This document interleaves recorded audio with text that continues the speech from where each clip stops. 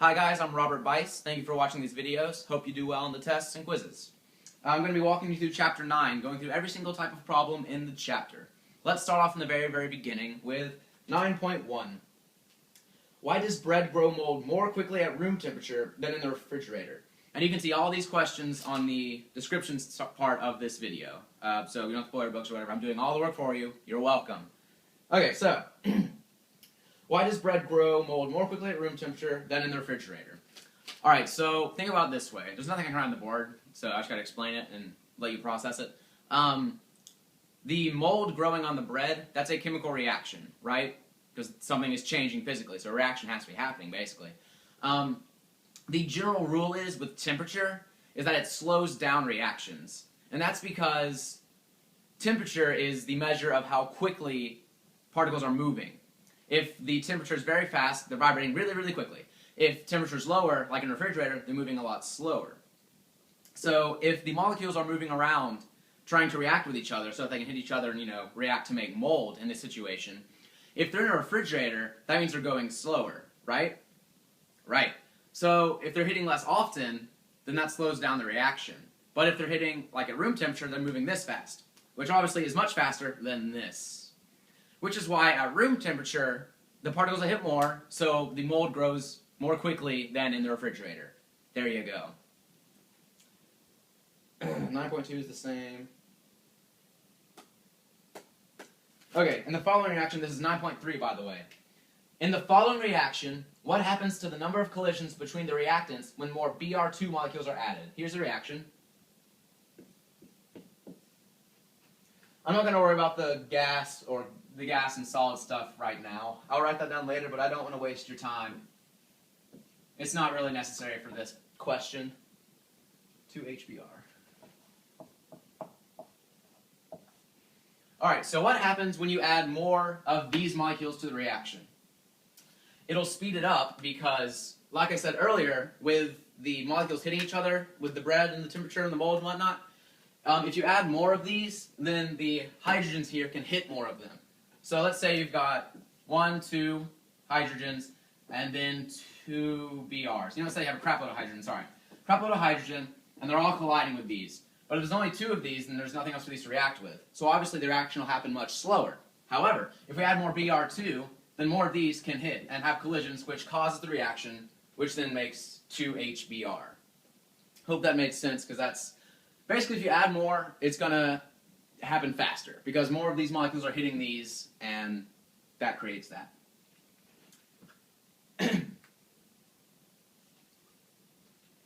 Alright, 9.4.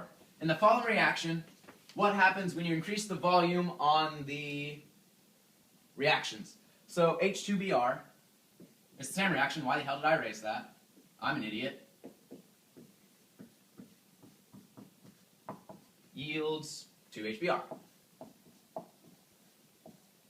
Gas. Okay, so more along the line of the subject of, molecules hitting, and that's what causes reactions. We all know this. So, what happens if you increase the volume of the reaction side of this? Because these are reactants, these are products. Yes. Okay, so pretend these 2 molecules, or these 2 moles of molecules, are in this little container right here. And they're moving around, trying to hit each other. Right? Makes sense? They're moving around, all trying to collide. So, since this is a really tiny container, they're going to hit pretty often, right? Now let's say we make the container this big, yet have the same amount of molecules in there. 1, 2, 3, 4, 5. 1, 2, 3, 4, 5.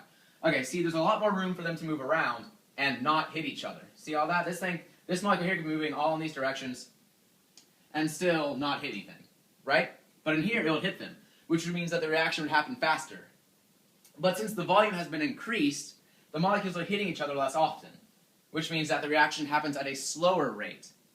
So that is the answer to 9.4, is that because the molecules hit each other less, the reaction will slow down. Moving on. 9.9. What is meant by the term reversible reaction? Well, my friends, a reversible reaction basically means that once the reactants turn into the product can go back into the reactants. And that is This is the symbol for a reversible reaction. The arrow goes back. That's 9.9 answered. When does a reversible reaction reach equilibrium? Basically, that means that the reactions are happening at the same rate on both sides, so it's constantly making itself. So let's take some examples of that. Which of the following processes are reversible? This is 911, by the way.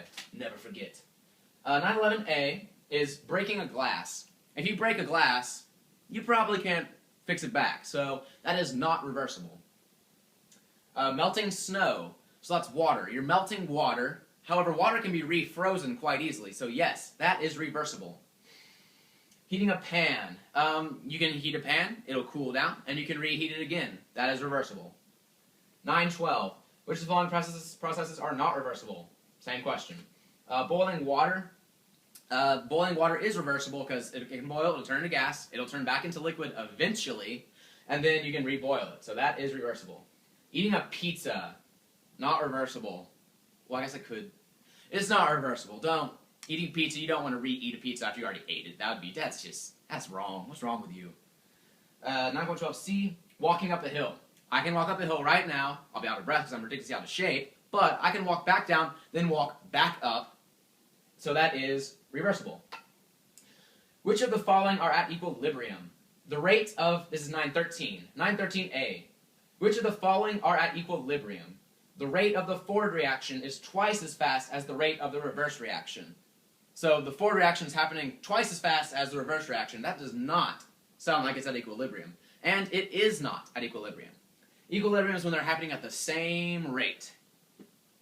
The concentration of the reactants and the products do not change.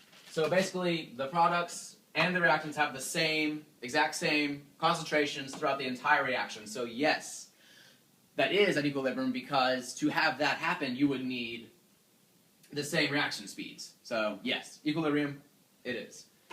The rate of the reverse reaction does not change. Yes, because if the reverse reaction's rate isn't changing, neither is this one's. Because if this one's changes, then this one changes. So if one doesn't change, the other doesn't change. There you go.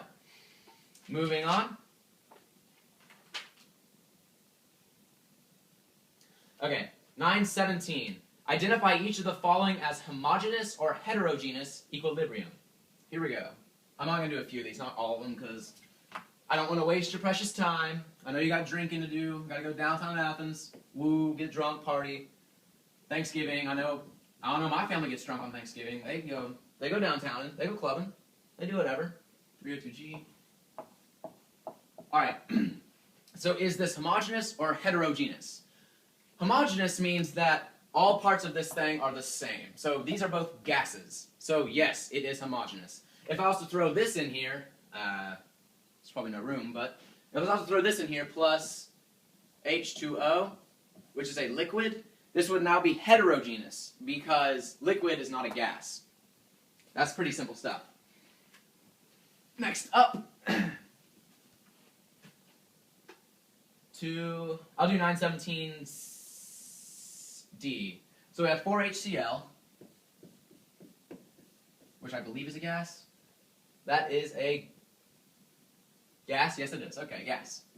Plus SIS, solid, reversible reaction. I'm going to continue down here. So this is going to be the products. SiCl4, gas, plus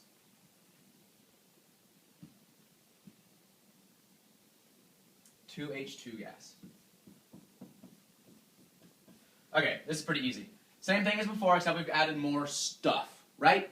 Yeah, this is no problem. So we have a gas, gas, gas. Uh-oh, that's a solid. This is heterogeneous because the solid obviously is not a gas. So it's a very simple concept, heterogeneous versus homogeneous, or homogeneous if that's how you spell things. I'm not judging. And by spell, I mean pronounce. Feel free to judge me for totally misusing that word. 919. Okay, 919 says, write the equilibrium constant expression for each of the reactions in problem 1917. Okay, so the equilibrium constant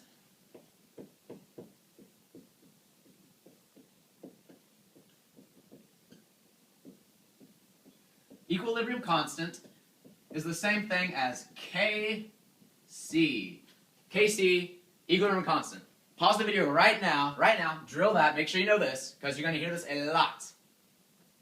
Alright, you have now unpaused the video and drilled it. Here we go. We have to write the Kc for these following reactions. So let's start off with 2O3 and 3O2. So 2O3, gas, reversible reaction, to 3O2, gas. So the definition of Kc is products over reactants. Let me write that down for you. Kc, which is also known as what? Equilibrium constant, hell yeah, equals products over reactants. These are your reactants, as always. Left side reactants, right side product. Product, reactant. Boom. Alright, so now we have to actually put these into place. So let's plug them in. We have Kc equals, since this is a reactant, it goes on the bottom, so equals O3 squared. I know you're thinking, Bob, why the hell did you put squared? Let me explain. You have 2O3, so the 2, that's like the number of moles that this is. So if you put that down here in square, because that's the big number. This right here will be O2 cubed. Let me write that down. Cubed. Cubed is to the third power. So whenever you see these big numbers to the left, you put those on the outside of the bracket and square it or cube it, whatever you'll want to do. I'm not